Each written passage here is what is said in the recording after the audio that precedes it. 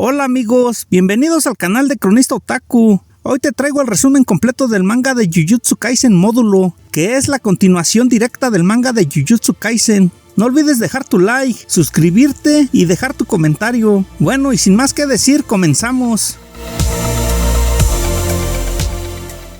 Todo empieza en el año 2086, en una nave espacial de los Simurianos con más de 50,000 de sus habitantes, que estaban en busca de un refugio, siendo Japón su mayor obstáculo a estos tener un poder similar a ellos. Remontándonos ahora en la Tierra, vemos a una Yuka Okkotsu de 6 años. Se nos dice que ella era muy apegada a su abuelo, por eso mismo le regalaría su anillo, diciéndole que se convertiría en una gran hechicera, y ese anillo la va a proteger. Yuka, al cumplir los 10 años, su abuelo terminaría muriendo, y esto porque perdió su fuerza cuando su esposa Maki igual murió. Lastimosamente, al ser un anillo denominado un objeto maldito de alto rango, la madre de Yuka le prohibiría su uso, dándosela a Tsurugi, su hermano mayor, ya que según él era el único digno para su uso. Esto crearía un conflicto entre estos dos hermanos. Por una parte, Tsurugi se vio obligado a poseer ese anillo. Yuka tendría que volverse más fuerte para poder recuperarlo. Ya en el presente vemos a un señor jugando con un niño, que básicamente es un secuestrador, y esto porque en Japón actualmente hay un problema muy grave con esto, más si se trata de energía maldita. Por eso Tsurugi y Yuka tendrán una nueva misión de encontrar a este tipo. En esos momentos se nos revelaría un nuevo miembro del equipo, siendo este Marulu Balbol Yelbri, Maru para los amigos, que si no es más que obvio es un alienígena. Aquí él se haría pasar como un extranjero investigador, siendo su objetivo recopilar información sobre el comportamiento de los humanos para ver si son capaces de convivir en paz con su raza. Las actitudes, el ego de Tsurugi y Yuka lo harían sentirse apartado, ya que ellos básicamente lo despreciarían en esta misión, y más cuando dijo que no podía interferir en una pelea. Pero es Yuka que, viendo esto, regresaría para animarlo, incluso invitándole algo de comer. Ahí le contaría todo sobre su hermano y el tema del anillo, que básicamente lo describe como alguien que está a su nivel, solo que entrena más físicamente. Después de unas horas de búsqueda no encontraría nada, pero en un momento Yuka se percataría de algo, y es que varios callejones tendrían residuos de energía maldita. Es así como llegaría a la conclusión que el tipo que está detrás de todo esto está usando una especie de barrera en esos callejones para confundir a los niños y llevarlos directamente a él. Maru se asombraría con esta conclusión que sacó Yuka, cosa que Tsurugi igual llegaría a ese lugar dándose cuenta exactamente de la explicación anterior. Por eso mismo Maru se sentiría mal, ya que es el único que no notó eso. Es aquí donde él nos explica que tiene un hermano gemelo con el que no se lleva nada bien. Por eso no quiere que la relación de hermanos de Yuka y Tsurugi termine mal. Más bien Yuka entendería a lo que se refiere. Le dice que incluso si resuelven lo del anillo, eso no quita que en un futuro vuelvan a tener otros problemas, pero eso es algo normal. Luego de esta charla, ellos clausurarían las calles, pero justamente un niño saltaría la cinta de seguridad, revelando que el hechicero al que se tienen que enfrentar es de alto nivel. Tsurugi le dice a Yuka que va solo, ya que quiere demostrar que es más fuerte que ella. Esto generaría una pequeña discusión donde por ese descuido Tsurugi termina secuestrado. Yuka se da cuenta que aquella barrera no funciona con hechiceros, revelándole a Maru que la razón por la que se llevó únicamente a Tsurugi, pese a ser un hechicero, es que él cuenta con poca energía maldita, por eso usa herramientas con ese poder. Esta situación le daría igual a Yuka, por eso le diría a Maru que se tienen que ir. Maru se negaría a esta petición, ya que para él lo más importante es rescatar a Tsurugi, más que nada porque puede estar en peligro. Yuka seguiría negándose, porque para ella es un fastidio y se lo merece, pero Maru le da un sermón donde le dice que pese a que ahora no están bien, eso no quita que en un momento Tsurugi puede cambiar, pero si muere ya no existe esa posibilidad. Por eso tienen que salvarlo, que da igual cuánto peleen o qué es lo que se digan el uno al otro, nunca debe maldecirse, y más si son familia. Yuka se molestaría porque para ella Maru está poniendo su ideal, pero este firmemente le dice que da igual cuánto dolor tenga que aguantar cuando alguien rechace ese ideal. Lo importante es mantenerse arraigado a eso para que nunca se arrepienta de nada. Por eso nunca abandonará a su hermano, y por eso ella tampoco tampoco debe de hacerlo. Es aquí donde Yuka se da cuenta que Maru tiene la razón. Por eso le dice que no irá a salvar a Tsurugi, sino que solo irá a golpearlo. El secuestrador le revelaría a Tsurugi que los aliens están invadiendo el planeta, que la sede de hechiceros reconoció a estos seres como amenaza a un nivel Sukuna. Esto con la implementación del Tratado de Seguridad de la Conferencia Paranormal de Kioto. Japón es la única que interviene en este caso. Por eso el secuestrador cree que esto acabará mal. Más que nada porque ahora no hay algún hechicero al nivel de Satoru Gojo o incluso al propio Itadori, haciendo que este suceso sea una gran debilidad para los hechiceros y para su propio negocio. Este le revelaría a Tsurugi que los niños que tienen secuestrado y cómo es que ya ni los aguantaba, cosa que este le responde que él es más insoportable que los propios niños. Esto provocaría que el secuestrador lo golpeara, mientras que le menciona que no importa cuánto lo intente, no podrá escapar. Es ahí donde Yuka y Maru aparecen, esto gracias a la técnica de Maru llamada armonizante, donde básicamente puede encontrar a cualquier persona que esté en sintonía con la otra persona que toca. Este le mencionaría a Yuka que no se preocupe, que con este nivel de uso no detectarán que empleó energía maldita. Con los tres otra vez reunidos, Yuka decidiría enfrentarse a su propio hermano. Estos dos intercambiarían unos golpes, donde Tsurugi resultaría ganador. Yuka anteriormente se daría cuenta que su hermano es más fuerte, pero luego de este pequeño momento se levantaría y amenazaría al secuestrador para que se rindiera, atacándolo con su técnica maldita, mandíbula canina. El secuestrador se teletransportaría a sus espaldas, pero ella reaccionaría a tiempo. Tsurugi por su parte le pediría a Maru que le diera su katana, una herramienta llamada Onoyaji. Con esta katana usaría un estilo de sombra, desenvaina llenando su alrededor de fuego. El secuestrador se daría cuenta que esto podría deshacer la barrera. Este descuido hizo que Yuka le acertara un golpe, derrotándolo de una vez. Maru, pese a su torpeza, se preocuparía por los niños, diciendo que aún siguen con vida. Tsurugi por su parte reconocería lo fuerte que se ha vuelto su hermana, prometiéndole que igual se esforzará más para que un día le pueda devolver su anillo. Nos remontamos cuando Tsurugi tenía 7 años. Vemos que la diferencia de Yuka era más apegada a su abuela Maki, donde entrenaba con ella, si más bien igual quería el anillo de su abuelo Yuta. Maki le dice que no es necesario que lo tenga porque él ya es alguien fuerte, no necesita de esa protección. Por eso el hecho de que su propia familia, luego de la muerte de sus abuelos, le pusieran el hecho de llevar ese anillo, para él fue una ofensa, ya que bajo su visión quiere decir que él es alguien débil, además de que sabe muy bien que ese anillo fue un regalo de su abuelo Yuta para su hermana. Por eso su motivación es volverse tan fuerte que su familia reconozca esa fortaleza y así poder devolverle el anillo a Yuka. Si más bien el secuestrador estaba totalmente amordazado, este emplearía una técnica para teletransportar a todos en otro lugar, pero es Maru que, revelando su tercer ojo, lo detendría, haciéndolo dormir. Es ahí donde Yuka y Tsurugi sospecharían que efectivamente él es un alienígena. Vemos al consejo de hechiceros nerviosos por la situación, ya que el hecho de que estos alienígenas llegaran a la Tierra puede traer consigo enfermedades o alguna plaga desconocida, además que cualquier interacción malinterpretada puede desencadenar un problema, incluso un simple apretón de manos. Por eso todo sería cuestión de suerte. Vemos llegar a Yabaroma junto a Kurosu, quien tiene un aspecto similar a Maru, ya que básicamente es su hermano gemelo. Yabaroma le daría las gracias a Usami, quien es el ministro designado para este tratado, por la agradable bienvenida a su planeta, dándose así un apretón de manos con él, donde lo más sorprendente para Usami es el hecho de que pueden hablar su idioma, ya que la barrera del idioma es algo importante cuando se requiere información, y que ellos lo tengan dominado es una ventaja importante. Yabarome y Kurosu le dirían a los hechiceros que si pueden dejar pasar a alguien más, quien básicamente es su arma, porque aún no confían en su totalidad de la situación, pero tampoco se querían mostrar hostiles. Una vez que la reunión acabó, la presencia de ese ser fue tan grande que Usami y su asistente pensaron que ya estaban muertos, porque ese ser era una amenaza a nivel Sukuna. Es ahí donde Usami reconoce que lo podrían usar para invadir el planeta, y que si más bien con eso confirma que no quieren eso, tampoco pueden aceptar todas sus demandas. Pero el hecho de que solo pidieran que un simuriano acompañara a las misiones a un grupo de hechiceros fue algo que los asombró, ya que esa petición es muy pequeña. Aún así, como no pueden revelar nada al mundo, lo mejor es que la nueva generación se haga cargo de esto, para que ellos sean quienes se ganen el respeto y la confianza de estos alienígenas, mientras que los adultos sean quien los guíen. bien. Ese es algo que diría Usami. Es por eso que Maru terminaría en el equipo de Yuka y Tsurugi. Los dos hermanos, luego de terminar la misión, se pondrían en dudas con lo que pasó con Maru. Es Tsurugi quien le revelaría a Yuka sobre todo lo que explicó aquel secuestrador. Por eso, para obtener más información de estos supuestos alienígenas, decidieron ir a preguntarle al secuestrador personalmente. Él les revelaría la existencia de una nave alienígena a las afueras de la Tierra con más de 50,000 simurianos, pero que esta nave no se puede ver con el uso de la tecnología o incluso de una barrera. Esto asombraría a nuestros protagonistas, ya que la existencia de estos seres implica que hay más de 50,000 hechiceros en una nave espacial. Más bien ellos seguían algo escépticos todavía. El secuestrador les diría que lo pueden comprobar ellos mismos, ya que la barrera que usan se debilita a las 8 de la noche, con la entrada de algunos suministros en la nave, haciendo que los hechiceros puedan ver la nave en un periodo corto de tiempo en las montañas de Kuruma. En la montaña de Kuruma, en busca de aquella nave, Tsurugi le diría a Yuka que aún no le devolverá el anillo. Él menciona que su abuela fue considerada una fracasada y que al final terminó callando las bocas de su propio clan. Por eso quiere ser como ella, cosa que Yuka le dice que mató a todos los de su clan. Tsurugi vuelve a mencionarse a sí mismo que lo que busca es ser más fuerte para devolverle el anillo a su hermana, mientras ella busca ser más fuerte para volver a tener ese anillo. Es ahí donde aquella nave espacial aparecería. Tsurugi sigue mencionando que entonces esa es la amenaza a nivel Sukuna, una amenaza que su abuelo y abuela se enfrentaron una vez juntos, solo que ellos ahora ya no están, por eso deben de ocupar ese rol y volverse más fuertes. Yuka se menciona a sí misma que quiere convertirse en alguien como su abuelo, Yuta Okotsu, mientras que Tsurugi dice que quiere volverse alguien como su abuela Maki Zenin. Es donde los dos trazarían definitivamente su camino a partir de ahora. Maru, quien está a favor de una convivencia con los humanos, hablaría con Kurosu, su hermano. Este menciona que si esos humanos tienen un concepto diferente del bien y el mal, entonces no puede haber una convivencia entre sí. Por eso le menciona a Maru que sigue investigando, además de que ahora él igual estará en la Tierra. Si más bien Maru lo invitaría a comer, este lo rechazaría. Luego de esto, Tsurugi se encontraría con Maru, pero este lo ignoraría, dándonos a entender que este era Kurosu, ya que este sí que suele ser más serio y tenerle cierto desprecio a la humanidad. La siguiente misión de este equipo sería la investigación de un suceso con un tiburón que básicamente se encuentra en el interior de un bosque por las afueras. Aquí los dos hermanos le explicarían a Maru la existencia de estas maldiciones y básicamente cómo surgen, pero sobre todo le dicen que esto solo sucede dentro de su país, pero desde la llegada de ellos estos casos han aumentado un poco. Ya en la misión, Tsurugi le cuestionaría a Maru que esto puede llegar a ser una invasión por parte de ellos, cosa que Maru le responde que deje de estar tan hostil, que esto no es nada de su gente. Además, que al estar así le recuerda mucho a su hermano. En el momento que ellos dos discutían, aparecería el tiburón, donde es Tsurugi quien intentaría atacarlo, pero Maru le diría que su estilo de sombra provocaría un incendio, así que es Maru quien ahora intentaría detener al tiburón, mientras Tsurugi lo cortaría, pero en esos momentos se nos revela que no era un tiburón, sino un señor. Ese señor se presentaría ante ellos como Nagata, quien básicamente era un antiguo estudiante de la escuela de hechicería. Él menciona que el verdadero asesino de hombres no era él, sino que era un tigre llamado Toranosuke, que bajó al pueblo y causó todos esos estragos, solo que él intentó detenerlo con su técnica maldita, que le permite convertirse en cualquier cosa, pero lo importante es que él no lo quiere matar, sino que lo quiere salvar. Esto porque en un momento fueron buenos amigos, ya que lo encontró cuando era un cachorro. Obviamente esto generaría una discusión entre ellos. Para Tsurugi, el hecho de matar personas ya merece ser exterminado, si más bien Maru buscaba que igual lo salvara, encontrando así una coexistencia. En el momento que Toranosuke apareció y dañó a Nagata, Tsurugi no tuvo más opción que acabar con dicho tigre. Este suceso hizo que Maru le contara la verdad a Tsurugi, mencionándole que la razón por la que no usó su técnica es que su hermano puede detectar que lo está usando porque son gemelos y no quiere que empeore la relación entre los simurianos y los humanos. Por eso, cuando dudó en usar su técnica con el secuestrador, no fue porque no quería ayudarlos en sí, sino que su objetivo es solo obtener información sobre los humanos y hechiceros, pudiendo así ver si estas dos civilizaciones pueden coexistir. Tsurugi se sorprende que le contara todo eso, le cuestiona que por qué se lo dijo. Maru menciona que quieren que se lleven bien, ya que a diferencia de ese tigre que no podía hablar, ellos sí tienen la capacidad de comunicarse, y eso es lo que va va a hacer. Al final se revelaría que el tigre tenía un cachorro, así que Nagata se pondría feliz, solo que Tsurugi le dio la condición de que esta vez lo cuide bien y no lo pierda de vista. Luego de esta misión, Usami les revelaría toda la verdad, diciéndoles que Maru es un alienígena que forma parte de los simurianos. Si más bien no tenía permitido dar esta información, al final cuando Maru usó su tercer ojo, su hermano se dio cuenta. Por eso levantaron esa restricción, pero pues ellos ya lo sabían. Usami le diría a Tsurugi que le intente sacar cualquier tipo de información que tenga Maru, sin importar lo pequeño que sea. La misión esta vez consistiría en averiguar la verdadera identidad de un niño de primaria. Esto porque hace más de 3 años que está repitiendo el mismo ciclo escolar. Ellos creen que se trata de un usuario maldito que está haciéndose pasar por ese niño. Esto para quedarse con el arrendamiento del hogar de su verdadera familia, y que muy probablemente los padres verdaderos de ese niño ya estén muertos. Son Maru y Tsurugi quienes se quedarían hasta que Masaki saliera de la escuela. Esta, al preguntarle su nombre, saldría corriendo, cosa que ellos lo seguirían, pero es ahí donde una sombra los empezaría a atacar. Tsurugi se da cuenta que eso es un Shikigami o un guardián. Si más bien Tsurugi estaba a punto de desenvainar su espada, se replantaría el hecho de combatir, ya que Maru no puede hacerlo, porque eso alertaría a los simurianos y mucho menos permitiría que salga herido, aunque para su sorpresa el niño se disculparía por usar aquella criatura. El niño le revelaría que un día encontró a su mamá desmayada y como no quería en ese momento que lo cambiaran de clase a segundo año, es ahí donde su madre se convirtió en un fantasma y desde aquella vez ella le obliga a quedarse en primer año. Tsurugi se daría cuenta que esta situación es similar a lo que pasó a su abuelo Yuta, así que uniendo todos los hilos para reafirmar su teoría, le pediría como favor a Masaki que lo llevara a su casa. Esta aceptaría, revelando que su verdadero nombre es Masayoshi. Por otra parte, tanto Mino como Yuka ya estaban en la residencia y se encontrarían un cadáver. Tsurugi por su parte encontraría lo mismo, pero este sacaría la conclusión de que es su mamá, aunque se cuestionaría el hecho de que un niño pudiera enterrar algo así en su patio, como si nada. Aún así, creyendo en su historia, les diría que lo llevara a la escuela técnica, donde lo ayudarán a controlar mejor su energía maldita. Esto pondría triste a Masayoshi, pero es Maru quien lo controlaría, diciéndole que él tampoco tiene un hogar a donde ir,